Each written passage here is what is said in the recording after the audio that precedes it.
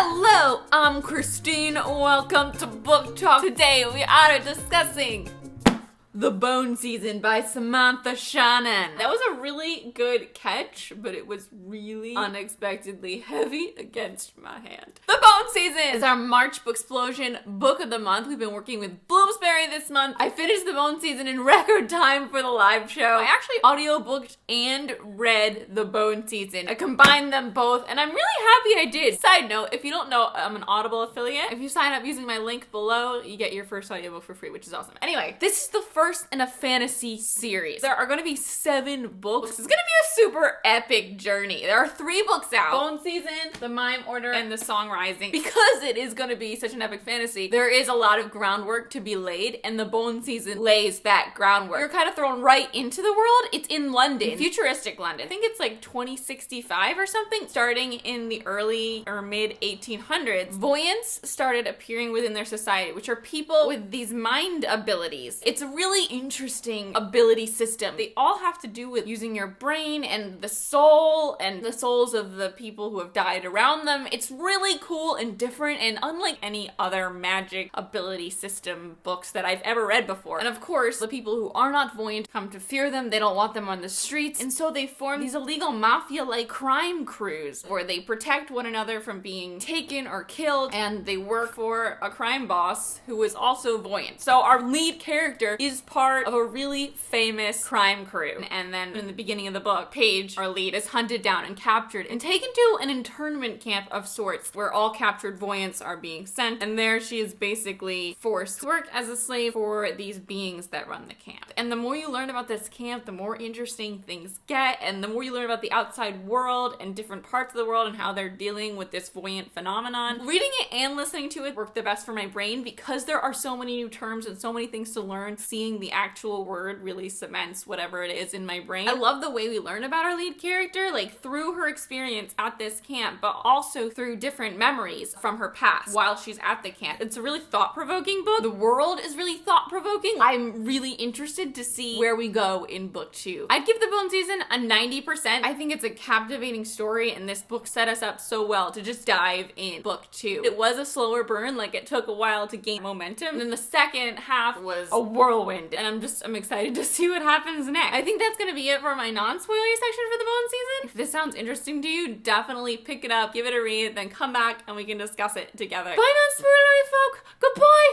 Goodbye!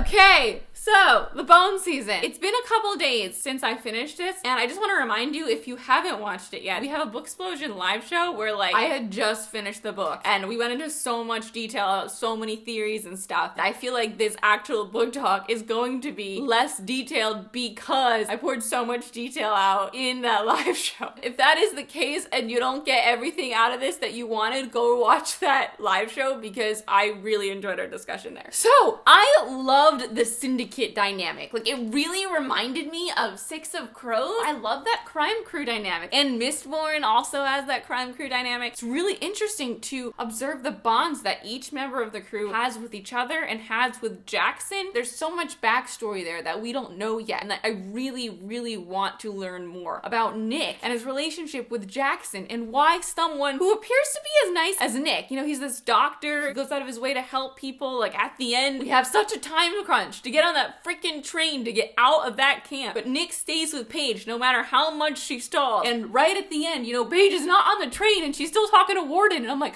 Paige, get on the gosh darn train. Stop talking to Warden. You're gonna see him again. And just as she's getting on, Nick is getting on because he was helping someone upstairs. He seems like a genuinely nice person. I just want to know how he got involved in this crime crew. Why does he trust Jackson so much? Why does he trust him enough to bring this young girl, Paige, into their folds and tie her to Jackson? Jackson, we've seen Paige think about him as someone she trusts. He is her person to go to, you know, like Jackson's gonna come get her. And he treats her nicely sometimes, but it really seems like he just wants to have her as a possession. The whole story is kind of juxtaposing this position she's in as a slave for these Rephaim at this camp, and she wants to get back to her normal life, but she's basically a slave there too, as we see highlighted at the end when Jackson says, "You're coming back with me. If I can't have you, Dreamwalker, no one can." Just really drawing a line line like, if you're not coming with me, I'll kill you myself. We have the scene, which was like the first really exciting scene, where Paige is forced to work with Nashira and the Rephaim to steal this voyant that the 7 pearls, oh my god,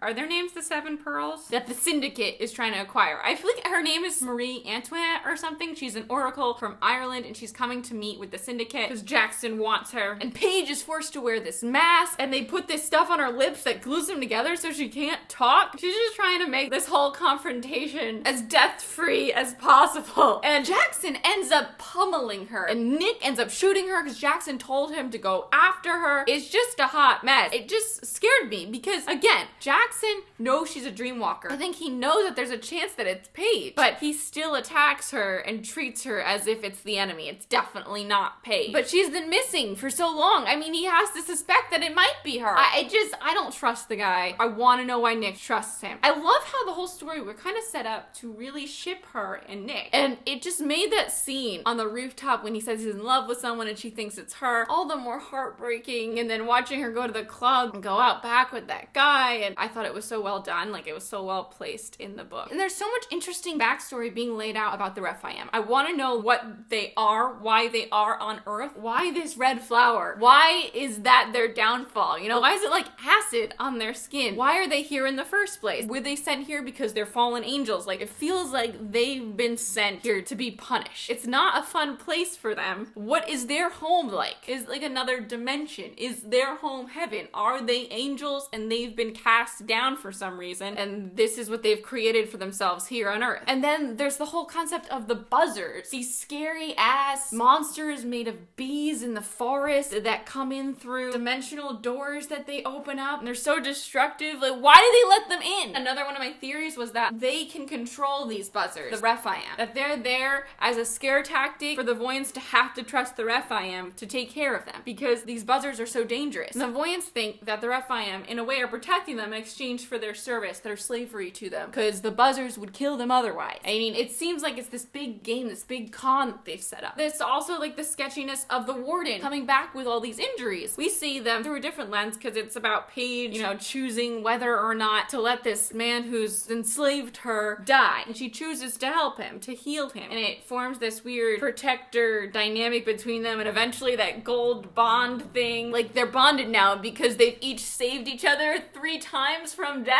That kind of came out of the blue for me. I was like, wait, what? And you're distracted by all that. But why was he getting all these injuries in the first place? Like, why is he dealing with these buzzers at night? You know, why is he in these life-threatening situations? What is he doing? What is he working on? What's going on? Little by little, we learn that the Warden is actually a slave himself to Nashira, who has like every ability that she's sucked up from everyone. He's just trying to create an environment where Nashira doesn't murder this girl, and he's just doing his best to not get killed himself. Everyone's in a shitty situation. This Rephaim are such interesting creatures. In a lot of ways, they're very vampire-like. He needs her blood to heal from whatever wounds he had, and they need to feed on the aura of other Voyants. We have a lot of different puzzle pieces, but we're not sure how they really go together yet. The relationship with Paige and Warden felt very Heir of Fire to me. It felt very Rowan and Aline. Like, little by little, Warden kept shedding these personas that he had put on for Nashira, that he had to put on for Nashira to survive in this environment. He is a rebel in this society, and he has already gone against the Queen once and failed and caused the death of hundreds of different Voyants that he was trying to help escape. He's built up this fake persona to regain Nashira's trust because that's the only way he's going to be able to try again. I'm not like shipping he and Paige, but I don't not ship it. I thought their little makeout scene at the end was really nice. The hardest thing reading this book for me was the 50 names that everyone has. And I understand it has to do with the world because knowing someone's full name